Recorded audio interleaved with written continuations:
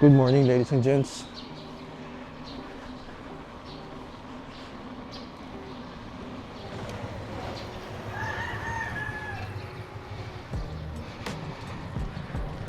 Meron tayong short ride. Parang recovery ride na din.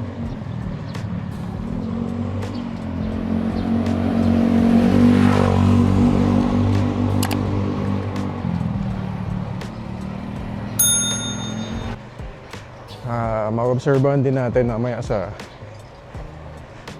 kalsada yung NCAP. Mainly sa bike lanes, titingnan natin. Kasi kahapon, nakita ko sa social media posts, medyo ang traffic ng motorcycle lane. Wala na pumapasok doon sa motorcycle lane kahapon. Kasi natatakot dapat magkaroon ng fine. Eh magkano yung fine? Mahal din yun.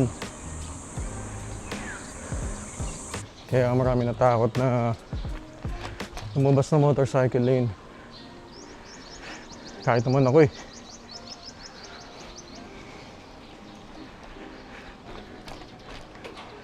Pupunta sa bills mo na lang yung pera, mababayad mo pa sa fines, di ba? Sayang din. Naintindihan ko din naman yung motorsiklo kasi nagmomotor din tayo. Minsan talaga nakakadaan ka sa bike lane.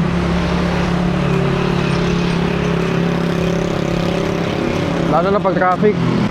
Eh, sobrang ganda pa naman ng CCTV, sobrang linaw. Wala ka talagang takas.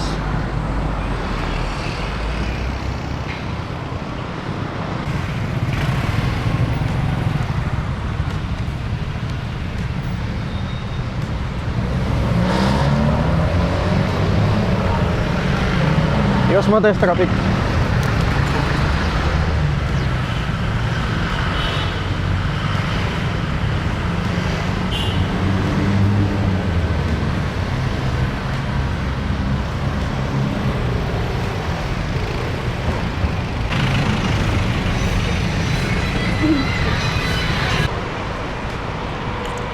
Dami daw na fines kahapon eh, mga 600 mahigit daw.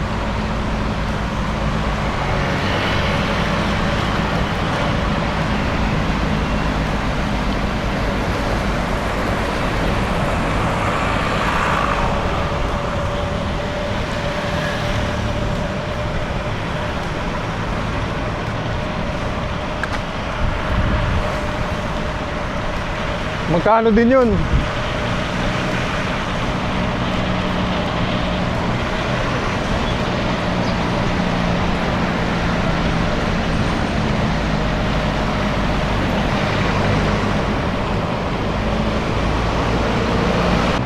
Di naman ako naniniwala na ginagawang negosyo ng MMDA yun. Trabaho lang nila yun.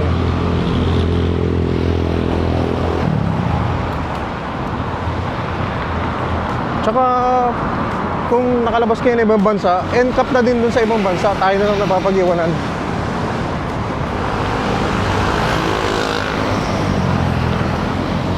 So kailangan natin masanay for progress.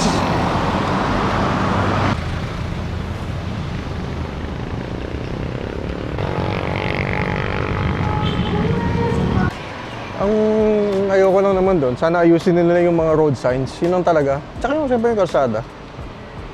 Medyo olats din kasi talaga eh. Yung ibang road signs, di mo makikita. Yung iba, luman-luma na.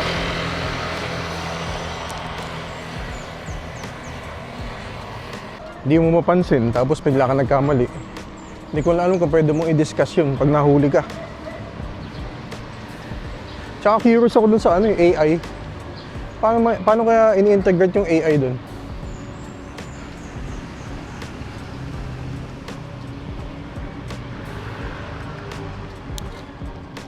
Siyempre kung yung AI, kung anong in-input mo dun sa system, malamang by the book yun. Kunwari, red light, tapos nagpa-go yung official. Paano yun? Pero siguro, ititingnan naman nila yon. Makikita naman sa CCTV na pinag-go pa. So, hindi nakakatakot yun.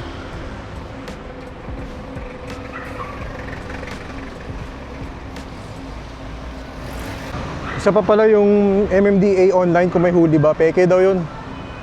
Huwag nyo daw gagamitin yun. Fake website yun.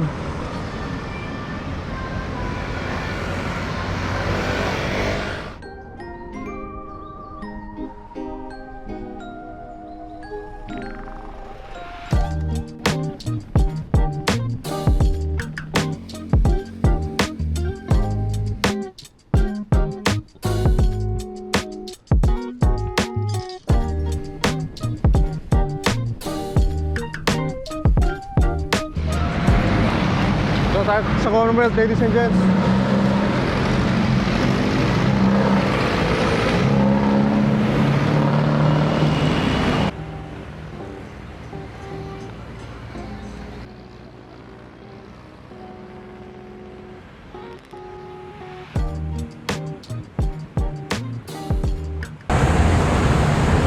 Tayo.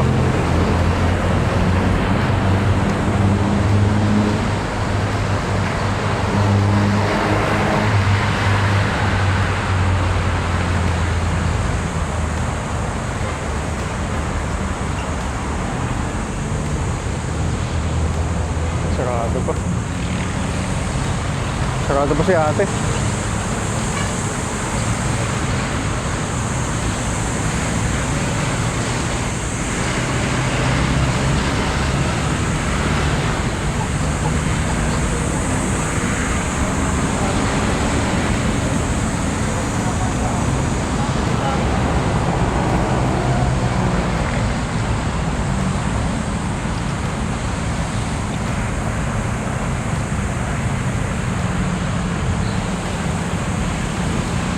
Mabait ang mga rider ah. Parang guide na rin tayo, mabait na rin tayo. Mabait naman talaga eh.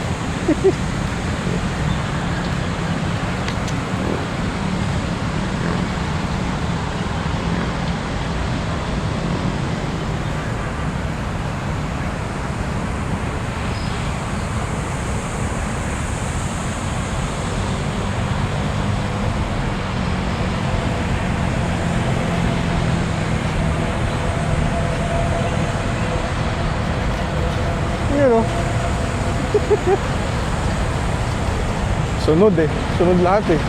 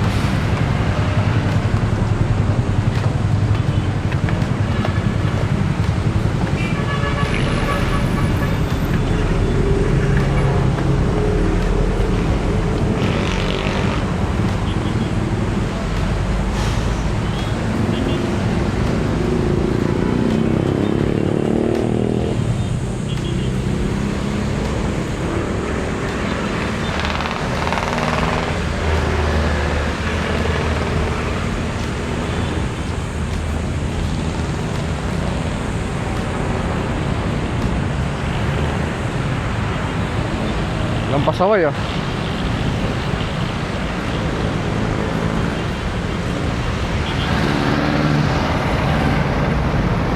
UP tayo, UP.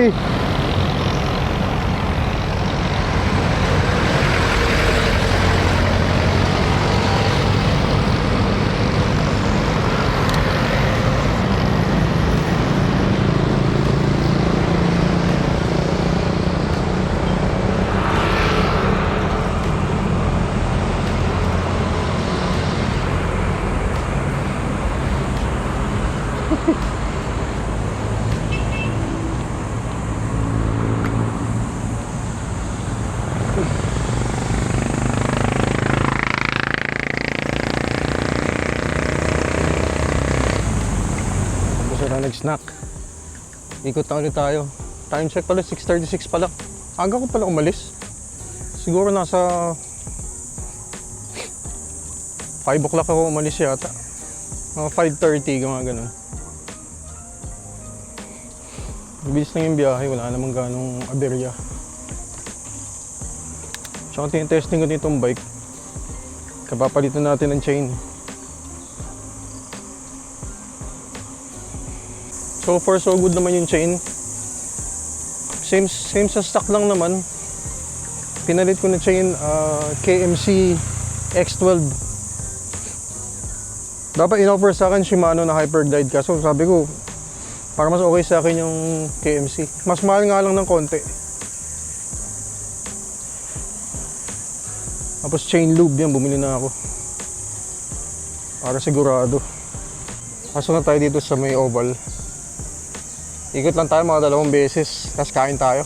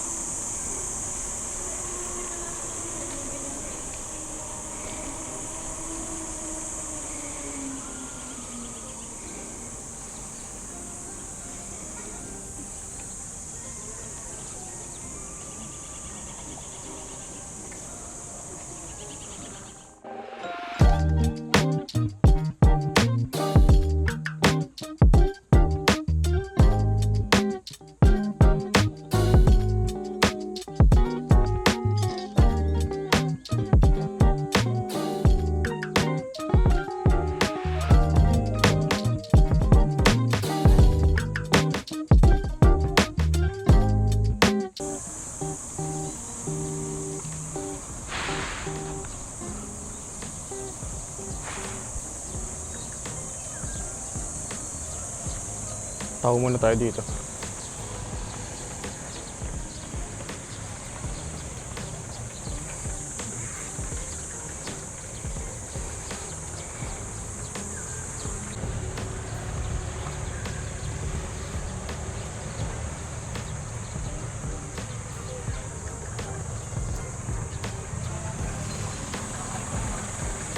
Isa kuya. Ano gusto mo? 30, 40, 50. 30 lang. Take out dining. Dito ka na. Dito na lang? Baka may barya ka, sir. Wala kuya eh. Galap nga ako eh.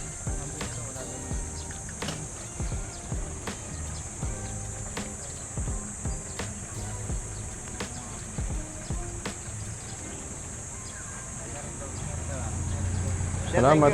Yung, pauwi na tayo. Mixing vlog lang naman to. Dito ko na tatapusin. Maraming salamat sa nag-subscribe.